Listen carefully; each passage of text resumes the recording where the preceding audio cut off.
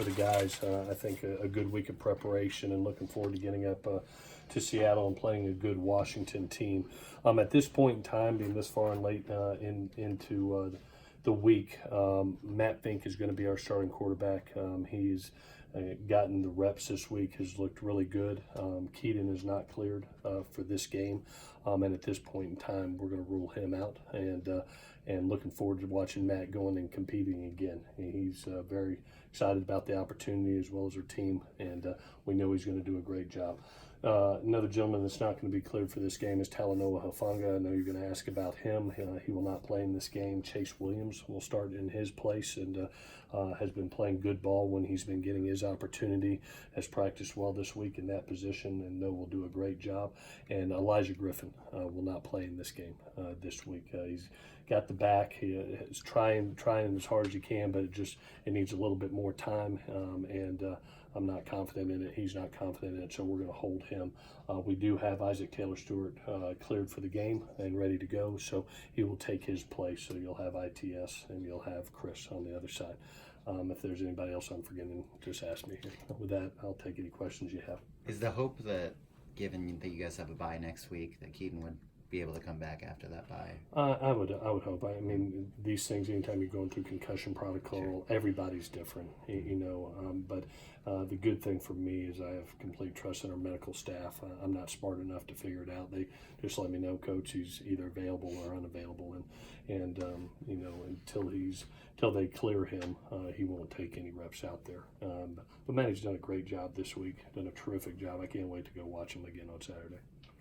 You didn't have a lot of hopes that he was going to get cleared, did you? I mean, going into this week's practice. You never know. I mean, there's certain times, you take concussions extremely seriously, and you have to make sure exactly. You leave it to the doctors and their knowledge and how the kid's feeling. And we've done a great job around here for several years with it, and so. Anytime that you see, somebody hit the back of their head like Keenan did, it's going to take some time. But Matt handled it extremely well and did a great job in practice this week, getting the reps and handling that number of reps. And I think it pushed him forward to be even more ready for this week.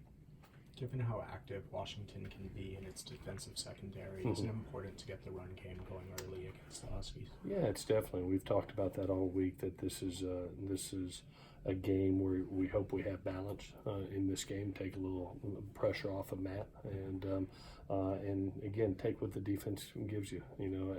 The greatest thing that happened to us last week is to show if you do load the box and play man, we can still throw the ball and be very effective throwing it. And you saw those plays. There was a reason that we averaged 7.1 a play last week, and it was because of the home run ball. And if you're going to continue to play man coverage, we'll continue to take our shots and have no fear in it. And so I think that's probably the best thing that happened, that will give us hopefully some advantage boxes, fewer numbers in the box, and allow us to marry up the run with the pass. Has time of possession been a concern for you at all? Not as long as we're scoring points.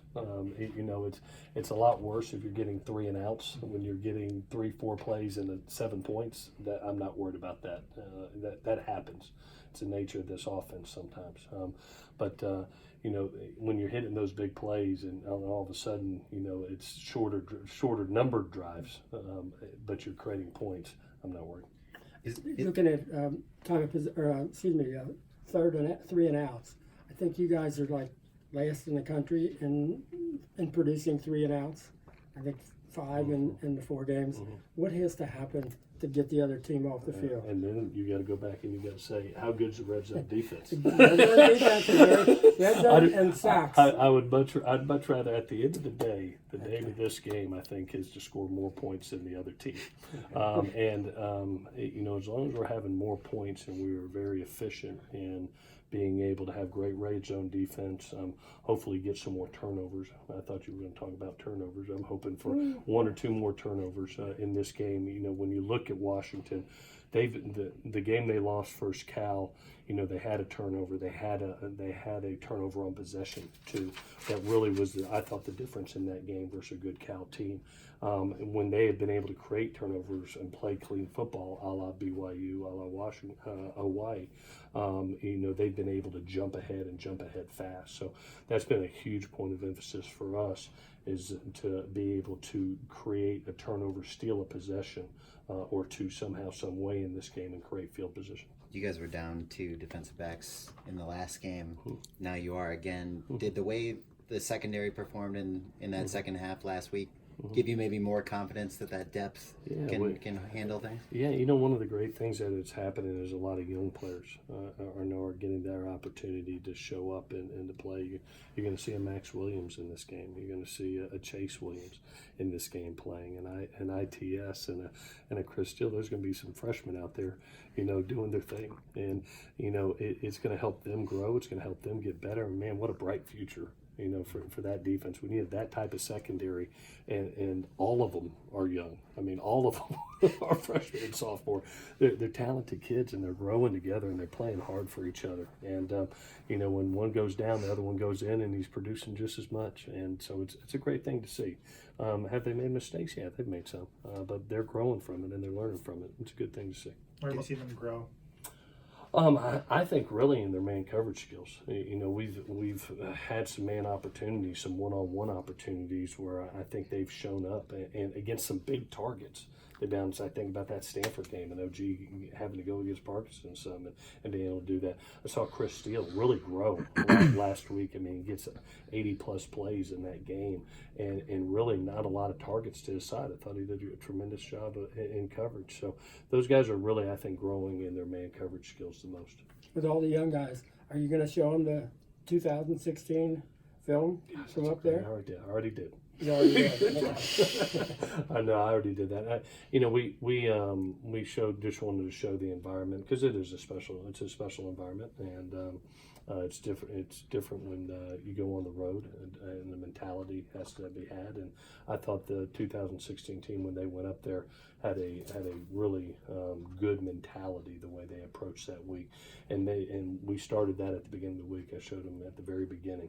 And we talked about the approach of what you got to be able to have when you go on the road, which is a very good defense. Bring your run game, pack your special teams, bring a mental toughness, and bring your own energy to the park. You always get great energy at home, but you got to bring your own energy. Because you're not going to have as many Trojan fans in the stadium. There's going to be 50,000 Purple fans in the stadium. We got to bring our own energy and our own juice. What is that? What is that image of this team? What do you want to see that image to be of this young team? I would love to go up there and be able to do just what I said. I hope we play a great day defensively. I hope you see our run game, if given the opportunity with an advantageous box, be able to run the ball better than we did last game. I want our special teams to be special in this game. I think that's the way you can create separation. I hope I look up and see a mentally tough team that walks in, and they've already shown that on a couple occasions already this year, and losing their quarterback and being behind and having to fight back for a win.